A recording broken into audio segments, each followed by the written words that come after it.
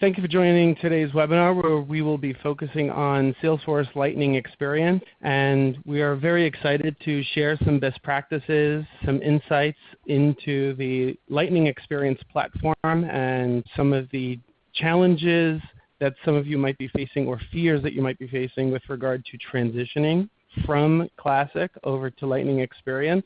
My name is David Giller, co-leader for the New York City User Group and a co-leader as well for the Northern New Jersey User Group. And joining me today, we have Andre and Giuseppe, and I'm going to let both Andre and Giuseppe introduce themselves as they share their portion of today's presentation. Please make sure if you have any questions whatsoever, please make sure to enter in those questions in the chat window in the questions section for Ready Talk. And without further ado, Andre, it's all yours. Thank you so much, David, and thanks everyone for joining us for this call this afternoon. Just by way of a quick agenda, so what we were hoping on running through today was just making sure we level set on Lightning overall. What is it? What does it mean to a Salesforce org, the end user, the admin, etc., just so that we're clear there. We wanted to talk a little bit about the transition from Classic to Lightning. What's involved? What are the best practices? It can be as easy as flipping a switch, but the reality is for the process to go smoothly, we really need to probably do a little bit of extra thinking around how best to do it, when to do it, and even if to do it. We wanted to talk a little bit about Dreamforce and Lightning there. Dreamforce is a short now 3 or so weeks away. Hopefully many of you, if not all of you, will be joining us in Dreamforce. We're going to talk a little bit with Giuseppe Hammer, who is a distinguished admin that's joining us to just talk through some of the themes and time permitting. I've got a Winter 17 developer org that I was willing to pop into to show kind of live in product some of the things that we've been talking about. As David mentioned, we are recording this session, and this last agenda topic, resources, will also be a list of clickable resources, links, paths that you can go to access a lot of the information that's being presented in today's session.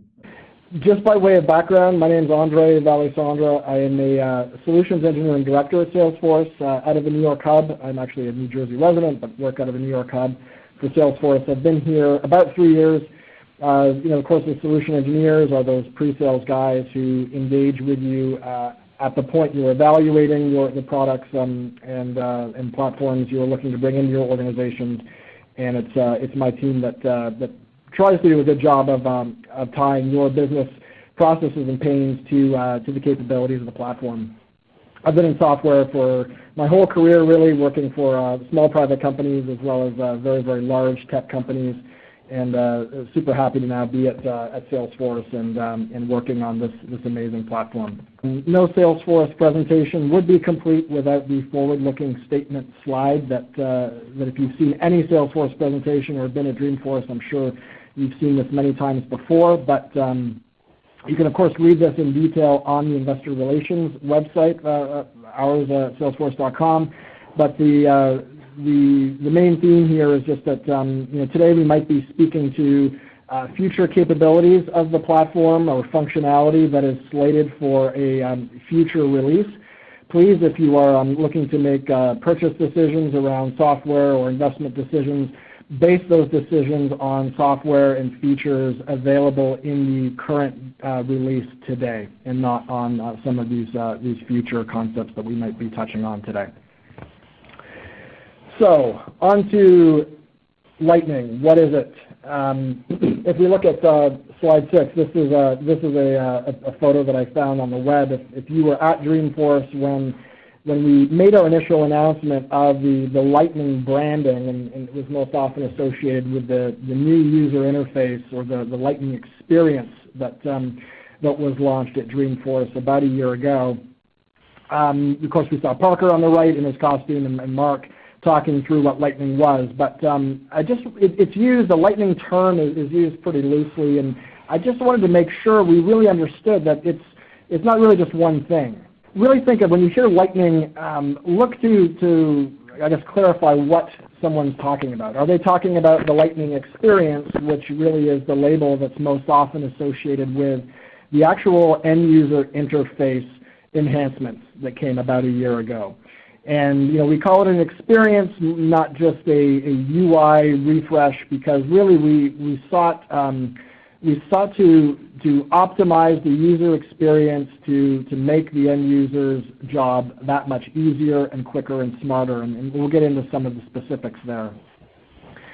Second, think of Lightning as a platform. So not only are we trying to make the end user's job, whether they be sales, service, or other, that much more fluid and quicker and more intuitive, but we're also looking to, where possible, to componentize underlying aspects of the platform and to make an admin's job, like yourselves, or a developer's job that much easier. Can we make it easier for you to deliver what the business is asking you to deliver? And some examples of that, if you've seen Lightning Components, the ability to define maybe a mobile experience on a tablet or a phone by dragging native components on the platform into the workspace, as well as even pulling in third-party components as well off the shelf, and really using drag-and-drop tools if you're so inclined, rather than maybe having to use a more technical interface. And speaking to those components, this third and last element here, the Lightning ecosystem, just as we are trying to make it easy for yourselves, the admins, the developer community, to quickly deliver value on the platform. And lastly, we were just touching on the ecosystem, the ability to make it easy for third parties to componentize elements of their solutions and have those available to you as an admin or a developer to leverage inside of your Salesforce org. So I will be showing, the plan will be to show a little bit of a Winter 17 org, but just some highlights. If we talk about what we launched and what we've been working on from an end user perspective, the goal was really to not just revamp the UI. We're not just trying to make it look quote unquote more modern or prettier or look like some competitor's offering.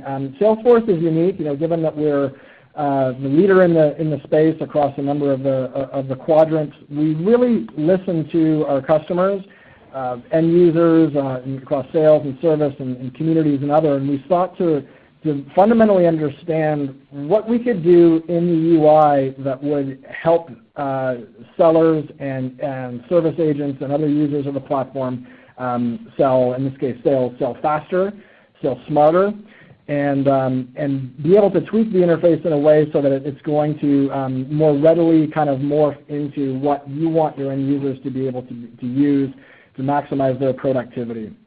And of course, to make sure that the mobile, we have, to the extent possible, feature parity between mobile and the browser, and similar UI conventions between those two environments. And we're uniquely positioned to do that. I mean, no one's got more CRM customers and accounts than Salesforce, and we really tried to bake all of that feedback into the Lightning Experience user interface. From a platform standpoint, we thought in terms of these different angles, sort of in this stack on the right-hand side here. I've been alluding to those components that are the drag off of the shelf, easy to fold into your mobile experience kind of definition panes, and your ability to leverage tools and drag and drop interface elements, rather than maybe going through a series of wizards and screens to be able to define what it is or how you want your org to behave. So for instance, Process Builder, Lightning Process Builder, is a way to kind of, in a flowchart kind of aspect, to be able to define business logic, triggers, and so on. Easy to visualize the process you're modeling, and to collaborate with maybe non-technical users about what they want the platform to do for you. And of course, the App Exchange is a big part of our success, and partnering with these third parties to encourage them, give them the ability to easily componentize aspects of what they do in order to be able to pull those into your org and leverage those drag them into your org instead of having to maybe be more do more detailed configuration or development around enhancing your org or your Salesforce experience. And rest assured that Lightning is the future for us. We have been working very, very hard over the last year or so. So we, of course, have 3 releases here since the initial Lightning experience was unveiled at Dreamforce last year.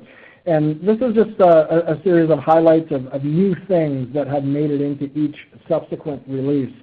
And when we get into the developer org in a couple minutes, I'll just touch on some of these more popular aspects of the experience. Things like Sales Path, the Opportunity Kanban, the Docked Composer, and these little, taken really or reading them in a bullet list like this, they seem maybe like incremental or evolutionary additions to the platform, but taken as really a package and a whole, they do greatly improve the seller experience and the end user experience on the platform.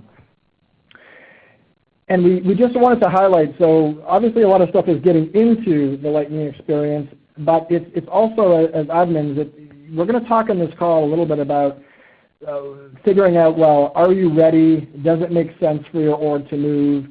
What are the implications of that move? But an important theme, as maybe as an administrator of the system and an evangelist of the platform, is the fact that there will be new features increasingly that will only exist in Lightning. So it will be as important as ever to keep an eye on the roadmap, on the release notes, and making sure that if there is something great, late breaking that could be a huge benefit to your organization, maybe something new in a future release is going to be that tipping point, and you want to be ready to jump on it and make that available to your end users when that functionality does become available, because it may never actually make it into Classic. We certainly have no plans to get rid of Classic, but just wanted to flag that some new things will only likely exist in the Lightning interface. Just wanted to talk about quickly a couple of customers who have jumped on Lex in the early days. One, a very large enterprise customer here, Seagate, that we're probably all familiar with. I also have an example of a mid-market customer. And I think one of the main themes to pull out of this little case study from Seagate is just the seamless. I mentioned our look to or striving for the web experience or the in-browser experience and the mobile experience being as similar as possible. That was a big factor for Seagate. When you look at the adoption of the Salesforce and their ability to seamlessly go from a mobile experience when they're actively selling out on the road and pick up where they left off in the browser was extremely valuable and important to them, and that was something they were better able to do in the Lightning experience than maybe in a Classic. And then speaking to the productivity gains, just the ability, that last bullet there, of the recouping of a number of seller hours. You look at across a large organization like Seagate, saving each sales rep 5 hours a week is certainly a material amount of time and money that you're saving. BrickSource, a mid-market company, some similar stories. Interesting that they thought enhancements in the area of Microsoft integrations and feature extensibility were super important, and also a little bit of here, quote unquote, the Instagram generation. Maybe younger users of a mobile device or tool set that are maybe have grown up in some of the more late-breaking social media platforms or more modern software applications than people like myself maybe have used as long as 20 years ago. It is important for user adoption and to get people excited about the platform for what they're using to feel modern and be intuitive and feel fresh, and that was a factor for BrickSource in this particular case.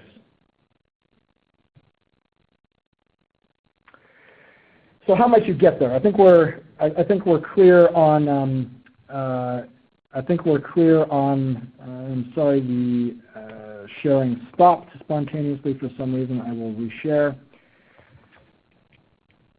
I think we're clear on what Lex is, or the Lightning experience versus platform versus ecosystem. Let's talk a little bit about how you might go from a legacy implementation on Classic and the user community used to that to maybe moving to the Lightning experience. And how do you plan for that? What resources do we have to help you plan for that process, evaluate the readiness for you to engage in that process, and how to carry it out? And these are some screens taken from a public website at Salesforce that you can leverage that links to the supporting materials and videos and so on. But I thought it was a nice way to kind of think about roughly a 3-step process, being learn, preparation, and then engaging with your users and your organization as a whole. So when we say learning, we're really talking about arming yourselves with the knowledge that you need to be able to speak intelligently to why you might be proposing this for your org and your company overall. And there really is an enormous wealth of self-service outlets that you can use in order to get up to speed. So you can always read documentation, you can always watch webinars or what have you, but we have a lot of on-demand material, really more than we've ever had. We're going to provide links in this organization to a very rich array of videos that you can watch. Small, kind of bite-sized 2, 3, 5-minute videos that walk through various themes of explaining what's different, pitfalls maybe in moving from Classic to Lightning and so on. I would expect that as part of the admin community, and most of you on the call are probably used to or familiar somewhat with Trailhead. If you've not had the time to sit down and maybe explore Trailhead, to work through some of the trails and modules and earn some badges, I would very much encourage you to do that, because we're moving in a direction at Salesforce where we feel that to really encourage at the grassroots level, to encourage maybe young developers, people out of school, but also to enable the existing admin community and end user community, we really need to have very, very rich self-paced learning materials available to you. And that's what Trailhead is. And it's not just learning about product necessarily. So you can certainly go and learn the ins and outs of Force.com, let's say, across a number of modules. But then there are also trails that will help you with content like what we're talking about here today, migrating from Classic to Lightning. And not from a technical standpoint, but from a business process standpoint, from a marketing standpoint, from an internal project management standpoint. So we're really baking in best practices as well as product information that you can leverage, you can lean on, you can learn from, and you can use to kind of pull templates and information off the shelf to help you maybe as an admin you're less versed in project management or marketing and communications. Well, we understand that. We're providing you with some templates and materials there. Giuseppe in a few minutes is going to speak maybe a little bit to deciding whether the time is right and maybe some of the pitfalls. But the reality is the edition you're on matters.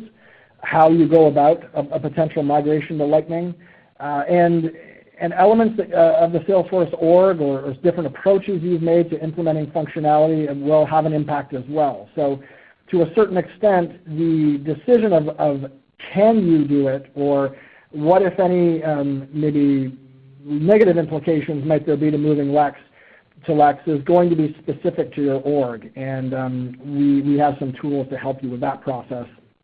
And lastly, just try using it yourself. If you're speaking with different stakeholders across your organization and talking potentially about a move to the Lightning experience, it would probably help for you to be that evangelist. If you've got some first-hand experience, you can get that by way of maybe enabling Lex in a sandbox or signing up for a developer org like you're going to see in a few minutes' time. So just speaking to some of those videos, the trails, etc., we're going to provide you with links to this page that is going to enable you to really scroll on the right-hand side through a very varied playlist of different themes and topics for you to work through and explore in considering the move to the Lightning experience. Trailhead, if you Google Salesforce Trailhead, you will very readily get to where you need to be. And what I've done here is I've just focused on products, the product filter, and I've said, show me content, and I did this a couple of weeks ago, show me the content that's specific to the Lightning experience. And at that time, it percolated up these 4 overall modules, and you can see that they're, or trails rather, that are made up of a series of modules each. There's an enormous amount of content here. Developing for Lightning experience on the far right-hand side there, you're looking at around 10 hours of content, self-driven exercises, potentially challenges for you to implement certain things in maybe a trial org to practice doing this. An enormous amount of material, and this is also in a nice way, a little bit of a resume builder, because you have the ability to earn badges as you're completing these tasks, and even publish those to LinkedIn, for instance, so that when someone visited your LinkedIn page and they saw that you're not only that you're a Salesforce admin, but that you've earned certain credentials around getting started with Lightning or developing for Lightning or the migration process.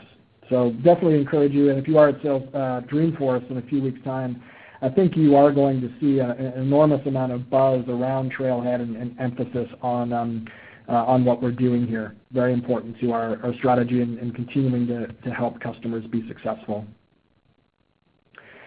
And then lastly, that in the learn phase was that roadmap. And I talked about how there's certainly going to be some nice new capabilities and features that will be specific to Lightning or exclusive to Lightning. So it's probably going to be in your best interest to make sure, and I'm sure you do already, keep an eye on the release notes, keep an eye on what's coming next, and because the rollout, the evaluation of the appropriateness of Lex for your org is a multi-step process, good to know what's coming around the bend so that you can plan to take advantage of it as soon as it's available if something new is coming that's of particular relevance to your organization. Step 2, once you've learned, once you've kind of gotten your arms around, well, what is Lightning, what does it mean to your org, what are the things in there that might be biggest bang for your buck, well, how do you prepare to make it happen? If you determine you're going to do it, well, how do you actually get it done?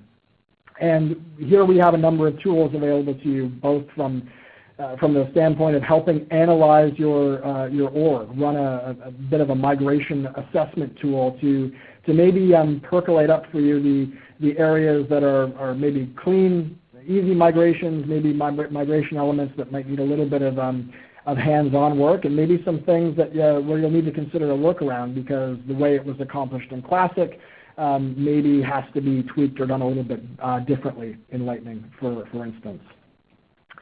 The developing of the rollout strategy is what I was alluding to with the non-technical kind of trails. So this will walk you through. It was actually interesting. I did this a few weeks ago. It walks you through organizational change themes, right? So you need to maybe get a pilot user group. You need to get some people on board and get their feedback. Maybe you need to have a communication strategy. If you're looking to change the user interface of your frontline sales org, you probably want to consider doing that change at the right time of the fiscal year.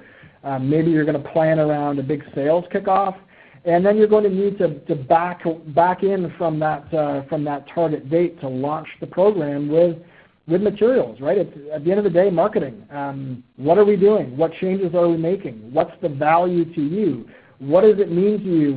What training is available? And all those types of considerations to really make sure that when people get up in the morning and they log into their Salesforce and they see something different, that it's not a surprise, and that they understand what they're looking at, why it changed, and why what's there is going to make their job easier. And that at the end of the day is going to make your job easier as an admin, because you'll be perceived as a change agent and an enabler of the business, rather than maybe just making changes under the covers that are impacting end users downstream.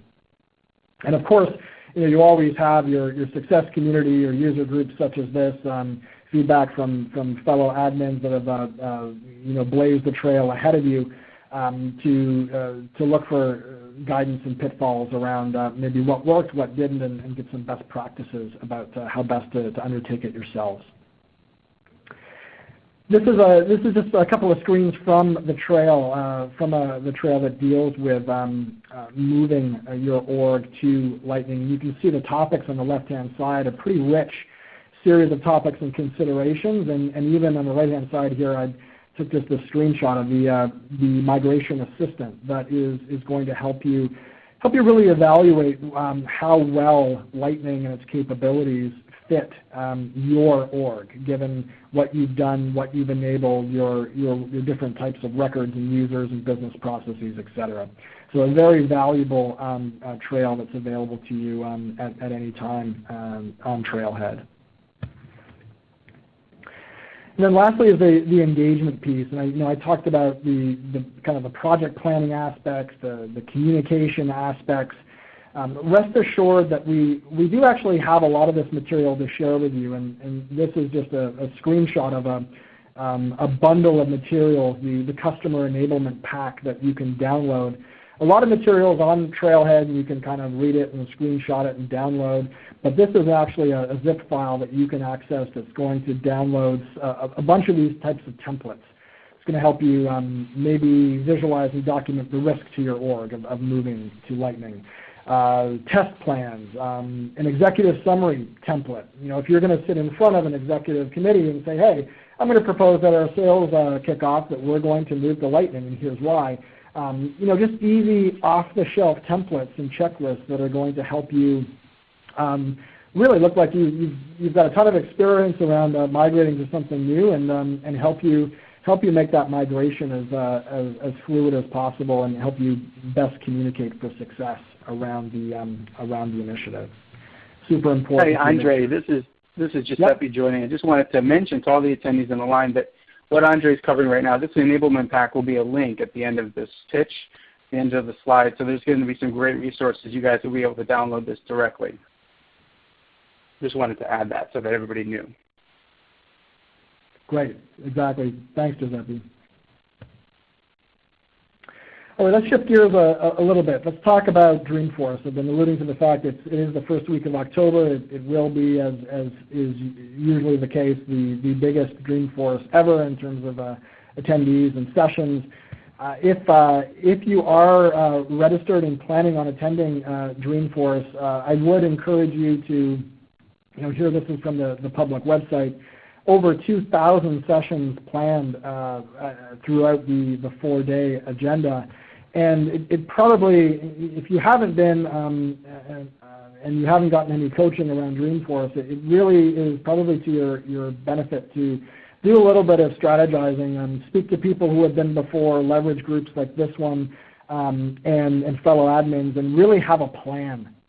Because if you leave it till the day you walk into Dreamforce, it is so big, there is so much going on that it can be difficult to kind of navigate and get out of it what you need. If Lightning is of primary importance to you, what I've done here is I've gone into the session list, I've filtered by Lightning or searched for the topic Lightning, and I think when I last did this, there were several dozen, over 100 sessions that somehow included the theme Lightning. So super important to kind of, if this is going to be part of the emphasis of your Dreamforce visit, it will behoove you, or I would encourage you to have a look at this session planner and plot out what you want to visit. Maybe some trailheads that are going to cover some of the material, maybe some forward-facing roadmap-related sessions to give you a sense of what's coming, and then probably most importantly, some end user or more grassroots kind of developer community, admin community sessions or customer sessions explaining maybe how they transition from Classic to Lightning and learn from their experience. So definitely time worth spending if you are making the trip out to San Francisco in a few weeks' time. So let's shift gears a little bit. You've heard from myself, the Salesforce SE director, but what we wanted to do was invite Giuseppe Hammer to join us and to just to speak to some of these themes or really kind of relay them from more of an admin's standpoint, which is a perspective that I don't have. So. Giuseppe, do you want to just introduce yourself, and then I'll move it to your next slide? Sounds great. Yeah, sure. Thanks, Andre. So thanks everybody for joining today. It's great to see not only participants here in the U.S. but also internationally. To see so much interest in the topic. Thanks for taking time out of your day. So a bit of brief background about me. I have an operations and financial and hospitality background, but I fell into Salesforce in 2007. I happened to be that my company that I was hired on was using it. Quickly, I started to learn and kind of self-teach myself. These were, of course, pre-Trailhead days. So I didn't have the benefit of that platform. And I became a solo admin and then a certified admin and grew in my company. And now today, I'm actually really involved with the community. I am doing some independent consulting. So I'm kind of flying solo. And I still continue to do some pro bono consulting work for nonprofits. So I'd like to jump into kind of what it looks like from the vantage point of an admin. And of course, for all of those of you that are attending as admins, you know that we are seen within our own organizations as experts. And while that's great at times, it also carries a high ask when it comes to the expectations that you have the answers and that you have a number of things in the multiple directions that you need to keep abreast of and stay informed on regarding Salesforce. The Lightning experience is certainly a growing and a bigger part of that landscape for all of us. So with that in mind, I wanted to take a few moments to briefly highlight some of the things that will help you in migrating to Lightning and getting those wheels in motion. So let's start out with you, your personal admin learning path. You know, I think for admins, one of the best things to learn, one of the best ways to learn rather, is hands-on. You know, doing this today without impacting your production org, you have a lot of options. Andre highlighted a few very good resources, which I'll touch on in a minute as well, and kind of extend them. And the goal here is for you to have full access to the Lightning experience, which of course means using it as an end user, but in addition, for you to have access to start configuring and start customizing in Lightning as an admin today. So my first recommendation is everything that Andre brought up. Go ahead and read that, do those trails. But I would start also as an admin with setting up your own partial sandbox. You can do that today. It's available on all of the editions of Salesforce. What's great about the partial sandbox is you'll create, if you're doing it for the first time, you'll create a sandbox template. You want to activate all available objects into the template, and you do that because you really want the full representation of your org in a sandbox environment. Just realize that that will carry over objects that you don't, sometimes it carries over the objects that you aren't currently using in production. And the benefits to that really are that this will allow you to have an org very much like your production org with real business data, and you'll be able to spend a few hours a week or even more if time allows exploring and configuring and experimenting in Lightning. The next piece is really setting up your Lightning as an admin trial. As an admin trail. This is a great opportunity for you to start trialing the configuration in Lightning. And I found that nothing replaces the things you'll learn by doing them yourself. So when you come across challenges or things that you don't know how to do, that's a great opportunity because that gives you what I call you're hunting for targeted answers, right? You're looking for the exact content that's solving for the one thing right now that you're trying to tackle that you may not fully understand or know about. So leveraging the community, leveraging Trailhead, blogs, there are many, many resources.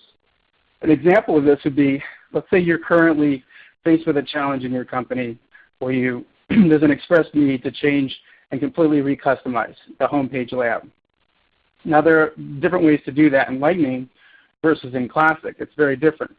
And so what I would recommend you do is take that partial sandbox that you've already built and your current org that's in Classic and go ahead and do dual solutioning to both sides. Do it in Classic, do it in Lightning. This will then get you equipped to really speak to both sides. talk about highlighting the trade-offs and some of the options. And as you go through the process, you'll also learn ways to leverage Lightning components. You'll see that in order to do this in Lightning, they'll have to set up My Domain, which is a login feature. And there's actually a trailhead for that. That will be included in the resources at the end.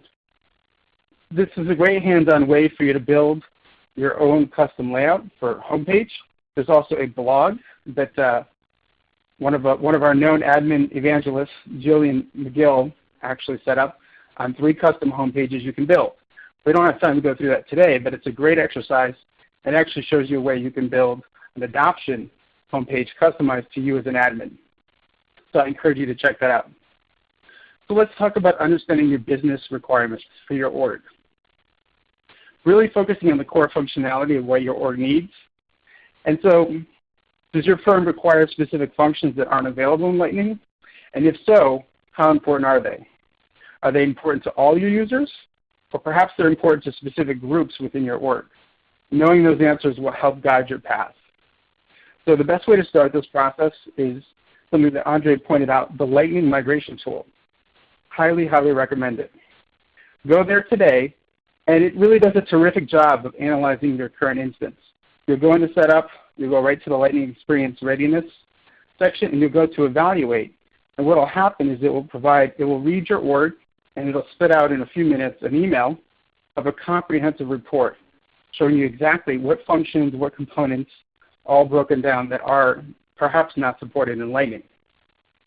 It'll provide you with a readiness score so you can understand what your rollout options are and how much work is really ahead of you. It'll also pinpoint things that aren't supported, such as objects or buttons or links. Keep in mind, this is an important point, much of the results of this readiness report, if you ran it today, is going to change once Winter 17 has been deployed. So if you're going to run it today, just to get a feel of that, I would recommend rerunning it after October 9th so that that's when all instances will be in Winter 17. You'll have different results afterwards since there's a lot of new functionality. And the report really sets the stage for you as an admin to start ranking your firm's core functionality. This will help you with clear optics on what level of necessity your company places on certain key functionality and how that's impacted by migrating over. And as admins, you can also start exploring the underlying components of the report. I would encourage it. That's what I did. I basically look at some of the issues that are highlighted in the report. Many of those things can be reworked, where you simply are changing links to custom buttons or links to reports or reformatting email templates, and then they actually are Lightning ready.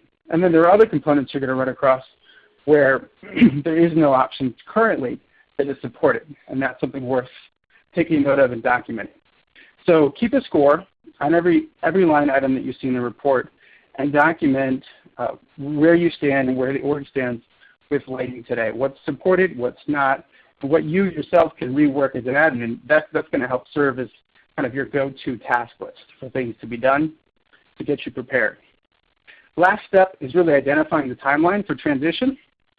So I won't have time to go through this today. There's a myriad of configuration considerations for the timeline. But one important thing to keep in mind is that given Winter 17 is right around the corner, you have a strong case to make to your management team or to your client, to coworkers, that migration should really happen after Winter 17 is deployed, and allow yourself time as an admin too to absorb some of those changes and to reevaluate your readiness report. So with that said, going to next steps, you can go to the next slide. To quickly recap, some of the things you can do today to make strides on road mapping for migration is set up your partial sandbox and immediately convert it to Lightning so you can start configuring and experimenting. You can run your readiness report today to evaluate what is supported and pinpoint specifics within your org. And you can also check out a host of resources that Andre, David, and I will be providing you at the end of the webinar. These are resources that they're really terrific. I mean, taking the first step of just going through the resources will put you into the ballgame. There's a lot of content there to look at. So with all of this talk about what's in store for Winter 17, I'd like to turn it back over to you, Andre. Great. Thanks so much for that, Giuseppe. I appreciate the admin's take on this content that I don't have personally, so that was helpful. So yeah, let's talk a little bit about Winter 17. We wanted to pull up short of the top of the hour to allow us to field some questions, but I thought, time permitting, we would go into maybe a developer org. I mean, I talked about these themes: faster, smarter, sell the way you want, kind of thing. Well, how does that actually look? I mean, if you haven't been in a Lex-enabled org or seen, had it hands-on experience in working through it, what does it actually mean? And you can go in and let's go in and actually see an org. You can read some of these slides after this session and certainly download the release notes. But I thought it might be helpful to actually come into a developer org, a Winter 17 org, and just talk through some of these themes that I've been talking about in the slides. Giuseppe, can you just confirm that you do see my Lex homepage here? Yeah, we see it. Yes. Yeah, we see it. Okay, great. Thank you. Now, if you look at this, you might notice one glaring difference between this and the original Lex, and that is the really kind of the return of the more classic style horizontal drop-downs. And we listened to feedback in the new Lex experience a year ago. We experimented with a left-hand nav more like the Salesforce One mobile experience, and really the feedback we got was that for desktop productivity, people were really maybe preferred this kind of a layout. So you have that back slated for the winter release. And thinking about selling faster, well, for a sales executive, many of them across organizations, it's certainly true here at Salesforce, they're busy people. They're people balancing a lot of different priorities. They have a lot of balls in the air. And anywhere possible, you want to give them one pane of glass that's going to enable them to very quickly see and do everything they need to do in one place, rather than to break their concentration and have them maybe have to go out to a different tab of their browser to look something up, or have them alt-tab to a different application altogether to leverage information they need for decision-making purposes, for instance. So just at a high level, we've got what's first and foremost for a sales executive. Well, we have this notion of their performance chart. We can they can see where they are with respect to their targets. They can even, here I'm just highlighting the fact that they can see individual deals and how those are effectively stepping stones to them hitting their targets. So usually first and foremost for a sales rep, they want to see where are they with respect to their forecast. But speaking of the flexibility of Lex, this pane here that we have on quarterly performance can be replaced with something else. It can even be replaced with a wave lens that's maybe looking at a completely different, maybe it's a metric that's of importance to an agent in a call center scenario, for instance. The right-hand side is the assistant. That was new for Lex. And what is the assistant? The assistant is our attempt at scrubbing through everything that sales rep has on his or her plate at the moment and percolating up things that need their particular attention based on some internal intelligence. Maybe there's a threshold that if an account hasn't had any activity pegged to it in 30 days, that's an account we want that rep to look into and spend time with. Just an example of how the assistant can bring things to the rep's attention first and foremost in their day.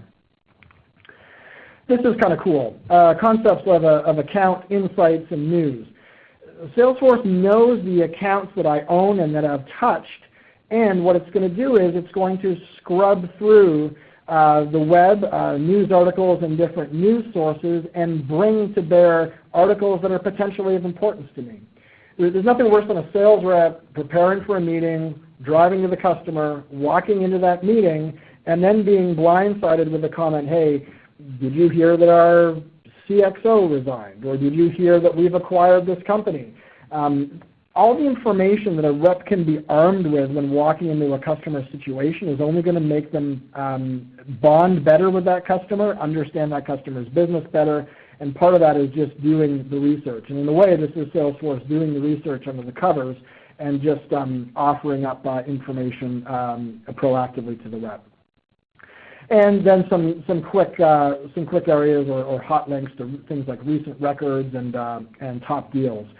But one thing that was super exciting for a lot of our users in the area of selling smarter, and this is really of use to the sales rep as well as to the sales manager. This is kind of the Kanban view of the opportunities in my world. I can still get a list view, of course, but a list view, effectively to know what's going on inside of each row of information, I need to click into it. Well, this is a whole different paradigm. This is my ability to slot my opportunities into the stages that we've identified. I can visualize how much I have in each stage in terms of total pipeline or dollar amount. And these little warnings or indicators are telling me that there might be tasks associated with this deal that I need to take action on. So it's a very unique way to visualize the overall landscape of my deals. And even better, I don't necessarily have to go into the record to maybe change its status. I can grab one of these cards and drag it to the next level or the next stage, and immediately the total dollar amount of that stage is going to be recalculated. So just a very, very easy, fluid, intuitive way to look at one view, but glean from it an enormous amount of information. Under the smarter theme, you might have noticed in my slides there was a concept of global actions or docked elements that I can work with in my UI. And again, that just speaks to the ability for a sales rep to not have to leave what they're doing. So I'm focused on my opportunity pipeline. I quickly thought of maybe the need to create a task to remind me to maybe contact a specific customer. I can do that very quickly from this quick action button. And I can even, if I bring up a note, we call this the docked composer. And this is a nice way, so what are we doing here? We're actually bringing up a note. I can begin to take notes. I don't have to go to a third-party note-taking app that's maybe not blessed by my IT department and maybe is going to distract me with my shopping list for Christmas or what have you. I'm focused on my Salesforce world, and I can even tiptoe through other elements of my org, and that docked note stays there. And as I'm then taking my notes, they're going to be persistent across the experience as I move from element to element or different areas of the environment. And one last thing before maybe we open it up for a couple of questions. It's my understanding, if we go to dashboards, that the number one most requested feature on the Success community for years was the ability to support dashboards with more than 3 columns. And if, in case you missed it, that came with Lex. So not only do we have, what's probably arguably prettier or at least more modern visualizations for the data, but now if you're looking to put more information in a digestible, readable fashion in a dashboard, you have, really it's even much more like standard kind of maybe business intelligence paradigms. I can actually come in here and very readily change the format of certain dash components, pick different chart styles, and perhaps most interestingly or most exciting for a lot of admins and organizations, I can create dashboards of 4 and 5 and 6 and 7 columns of information to be able to really pack in everything that my org or my end user community wants to be able to see. And this was a long time coming. I think we didn't want to do it until we could do it very, very well. But we're there in Lex, and for some organizations, this dashboarding flexibility alone was almost worth the price of admission.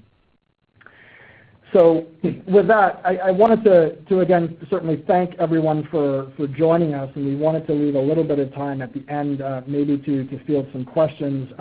David, I'll just kind of breeze through some of these last slides, but yeah, anything that we would like to address while we're still on the line. Yeah, so first of all, we do have a couple of questions that have come in. I'll be sort of emceeing them. And by the way, for those of you who do have time past I realize that we're getting rather close to the top of the hour mark. For those of you who do have time, we will stay on for a little bit longer to make sure to address all of the questions, either that have already been submitted or that will be submitted even while we're chatting. But before we get to the questions, I just wanted to thank Andre and Giuseppe. The content that you've shared so far has been absolutely amazing. It's jam-packed with some very robust resources. Just want to remind everyone again, the recording of the session, as well as all of the links, etc., I will be sharing them in the Success community, as well as posting them on social media, as well as sending follow-up emails to all of you guys with all of that content. So don't worry about that whatsoever. The other thing I just wanted to call out, last thing before getting to the questions, is for those of you who are not yet part of a local user group, I realize that there are people on this webinar from all over the globe. Just wanted to sort of call out because not many people are aware of the fact that there are local user groups all over the world. I recommend that if you're not already in the Salesforce Success Community, go to the Success Community and just do a search for user groups in your local area and make sure to join the user group, not only to join virtually through the Success Community, but most user groups get together about once a month or once every other month, and you will find that those are amazing opportunities for networking, for learning, for sharing best practices, etc. Can't say enough about the value that I think the user groups have for everyone, whether you are a newbie to Salesforce or highly experienced in the Salesforce ecosystem. With that aside, let's get to some of these questions. So the first one came in from Jill. I'll read it out. If we are a small company with just 10 users who are still ramping up on usage and about 8,000 lead contacts, is there much of an effort to migrate to Lightning? So I think, Andre, you covered quite a bit of that, but to whatever extent you can address that concern, it's all yours. Yeah, no, I think it's a good question. I think the devil's always in the details. I would, at a high level in terms of data volumes or number of users, it doesn't sound like there's any gotchas or obvious red flags. But Giuseppe, I don't know if you've used the migration assistant yourself or the org assessor. I would recommend potentially using one of those tools just to make sure that it maybe looks through your configuration, looks through your things that you've done in your org, just to make sure that there isn't anything in there that might not translate well. Is that a good way to characterize it, Giuseppe, you think? Yeah, and I think being a small business, and if you have a lower user count, to your point, Andre, the devil is in the details. If you run that migration tool readiness report, it's going to spell it out very clearly. It's going to tell you what you can do with the report, what are your rollout options, and it's going to go into details on every line item. So it literally highlights specific JavaScript buttons or links that might fail that you may not be aware of. What I've found with smaller orgs is sometimes you also have third-party apps, and the apps are a whole different kind of ball of wax because many of the apps are not Lightning ready. And so when they're integrated and they're native, that's going to have impacts on related fields, related objects, and content. If you have related lookups that might be at the account level, but they're drawn from that integrated app object, that's going to have an impact. So small or large, my takeaway message to you would be run the report and really find out, take the guesswork out of it and find out exactly what's not ready in your org, and then go into it line by line item as an admin so you can become familiar with what the report is indicating before you're ready to make some decisions about migration. So I think in the end what we're hearing is that the transition to the Lightning experience doesn't necessarily have to do with the number of users that we have or the number of records that we have in Salesforce, but some of the other underlying configurations of third-party plugins that have been introduced into that Salesforce org, which could make or break the simplicity of transitioning over into Lightning. Precisely. And I'll add one more piece of color for everyone on the line. You'll read a document that says Lightning does dashboards, Lightning has a pie chart as well as a vertical bar chart as well as a stacked vertical bar chart. And that's true. But Lightning's dashboard and the way the reports render is different than Classic. A case in point would be in Classic, if I wanted to sort ascending order or descending order by value in my pie chart, I can do that in Classic. I can't do that in Lightning. Lightning has some limitations on how reports render in dashboards or on their own, just as graphs. And the only way you're going to really become familiar with what that looks and feels like, the documentation helps, but do it yourself. Go in and have that trial in the sandbox, the partial sandbox, and look at your org's reports in Lightning and see how you can amend them and change them. And you'll know right away that, okay, well, maybe your CEO or maybe the director of operations really, really wants these dashboards to say exactly as they are intact, even if they're rendered to look graphically different. They want those features. Well, then that's a good indication that you have to prioritize how important those core requirements are for your org, small or large. Great. Thanks, Giuseppe. So one of the other questions is, and I've actually seen this one quite a bit, Marlene raised this question, which is, does getting Lightning experience, does it require another plugin, another release? Is there an additional fee associated with it? Is it a mobile app? Like, what's going on? How do I even get to it? What's going on? Andre, you want to take that one? Sure, yeah, it's a good question. It is integral to the Salesforce org that you have today, and there is a switch in the back end for you as an admin that you need to enable to allow potentially users, or depending on edition, you could have subsets of users that were Lightning and others not. But it is just literally a toggle. You could go up to your user profile, and in the upper right-hand corner of your org, I may even be able to show it live. You actually have the ability to switch from Classic to Lightning. I'll just show that on the screen right now. But so while you're doing that, just to sort of reiterate and make it abundantly clear, there are no additional third-party plugins, apps, downloads, or costs associated with switching from Salesforce Classic to the Lightning experience. It is, in the most simplistic way of describing it, it's simply a new user interface, an updated user interface for the existing database, for the existing tool, but it's a user interface on steroids. It's dramatically different than the existing Salesforce Classic user interface. Thank you, David. Yeah, that was more eloquently put than what I said. So go ahead, Andre. You were going to show how to access the switch to.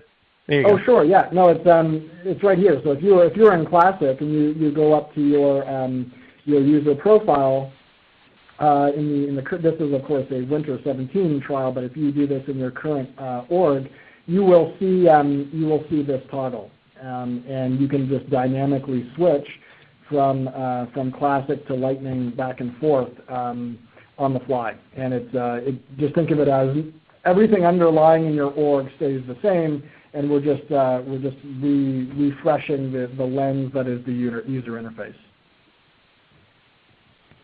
Great.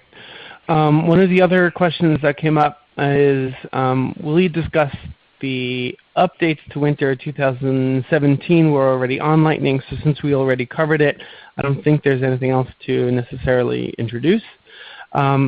Another question, can we get good results by running the migration assistant in the sandbox?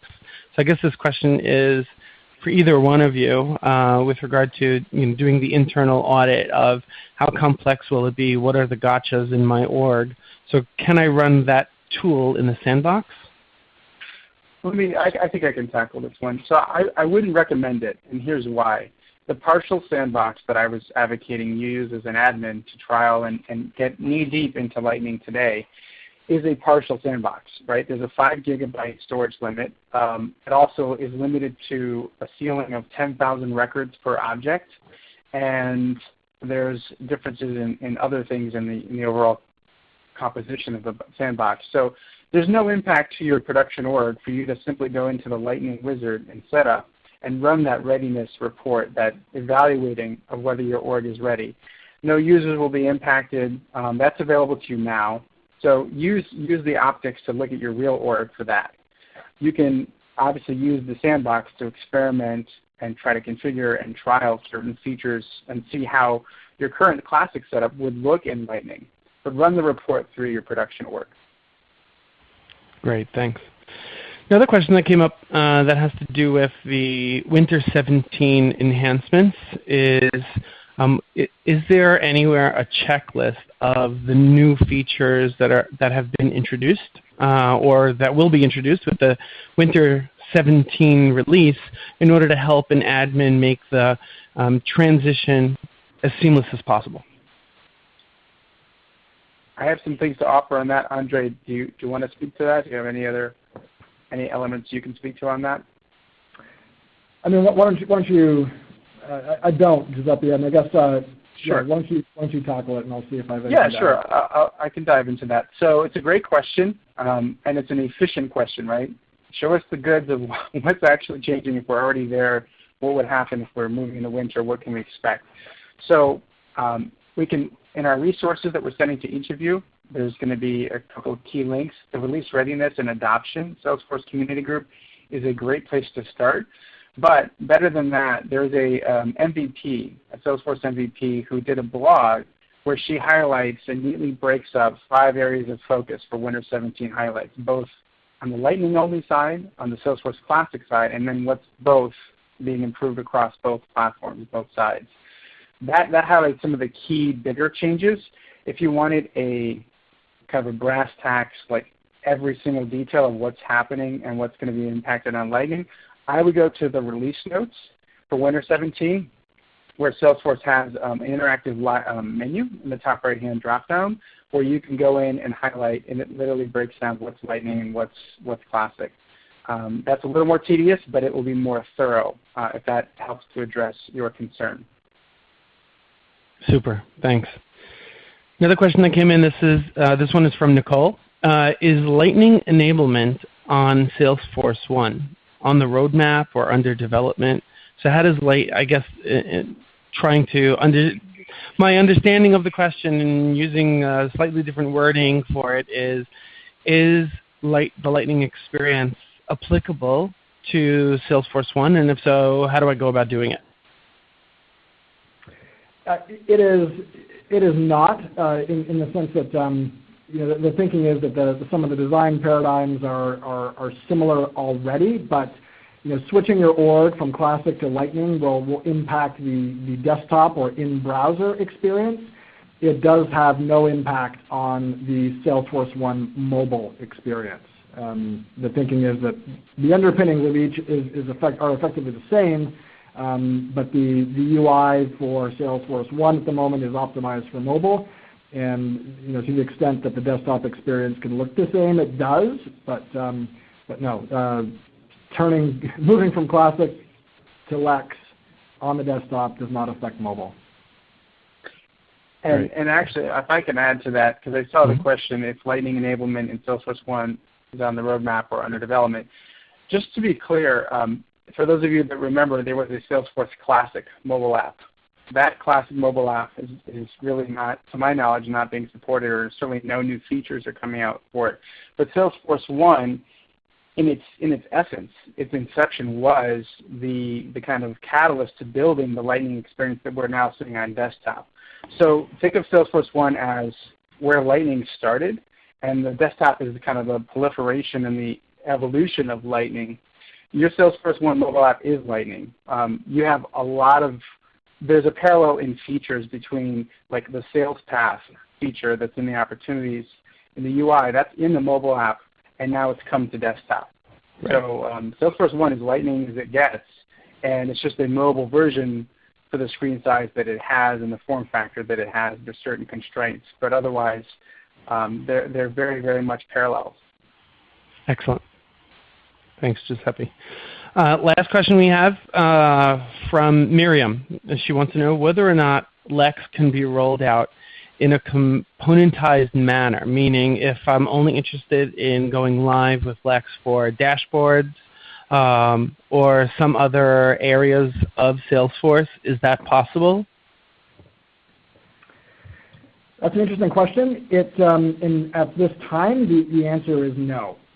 So it's all or nothing. So you wouldn't be able to reserve opportunities and accounts in the classic view, but just use the dashboards I just showed you in Lex, for instance.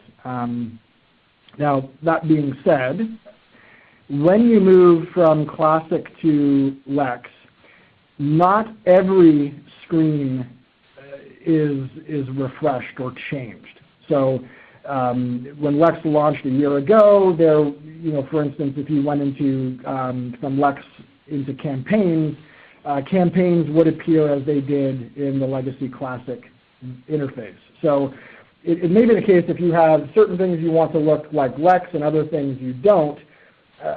Experiment. Maybe do as we suggest with either a trial or a sandbox, and see. Maybe you might get lucky in the sense that when you move to Lex, the things you want in Lex are there already, but the things you don't want to change are some of those things that haven't yet migrated over. If dashboarding, just the example used there, is a particular interest, and it's about those visuals or the richer interactivity. I don't know, maybe looking at Wave, maybe looking at the Wave sales app or Wave for service app. That could be an angle. That would, of course, require maybe product that you don't yet own, but that would be a way to get that look and feel from a reporting and a visualization and a dashboarding standpoint without making a wholesale transition from Classic to Lex. Super. Thank you. That's it in terms of the questions. So, Andre, Giuseppe, unless you have... Can I actually add one more thing, David? By all means. I'm seeing questions about, I just want to make sure that the attendees aren't confused by the recommendation I made about utilizing the partial sandbox. Yeah. There's a question in there about, can I use the full sandbox? Absolutely. Your full sandbox is less encumbered than the partial in terms of records and size, total data memory size, and what you can store in there. And the refresh rates are quicker.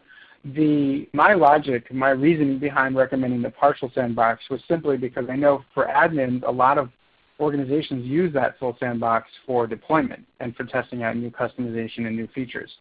And so trying to keep the two separate where you can have a playground for yourself to really focus on Lightning and Lightning configuration and experience and not have to be entangled with other things you're deploying. That's why I recommended the partial sandbox. But you can absolutely flick on the switch today into Lightning experience in the full sandbox as well if that's the option that's best suited for you.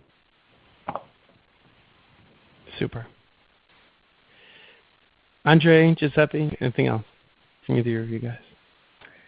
Nothing else from me, but just thank you so much. We love reaching out and connecting with the admin community, and appreciate the time today and the opportunity to talk about some of the cool things that we've got today and that are right around the corner. So just appreciate the time. Yep. Yeah, thank you everyone for joining. Go ahead, Giuseppe. Sorry. I was just saying, I would second that. Thank everybody who's joined. I know some of the New York City user group members are here attending in the New Jersey. For those that are coming to the user group meeting today, it's later, I will be there as well as David will be, so we're happy to continue this dialogue around Lightning and Lightning experience later. And online, let's take it online to the Salesforce community. Both David and I have profiles there. We're accessible. We're happy to share, I think, more knowledge and more of our own understanding and tips, and that's how our community flourishes, right? Absolutely. And I would even take it the next step further. So yes, absolutely, if you have any questions regarding anything that we covered here, by all means, bring it on, whether it's in person or online, by all means. In addition, if you have suggestions, thoughts, ideas with regard to other upcoming webinars that we're doing, by all means, bring it on. You can reach out either to myself or Giuseppe, who's, by the way, in the process of becoming I don't think it's official yet, but in the process of becoming a co-leader for the New York City User Group as well. So you can reach out to either one of us with regard to any other upcoming webinars that you think others would benefit from within the Salesforce community. So with that, we're going to wrap it up. Thank you all so much for joining. Yes, so like I said, the recording and all of the content will be shared online, and look forward to seeing you either at the next in-person meeting or at the next webinar. Thanks again. Have a great day. Excellent. Thank you all. Bye-bye. Thank you.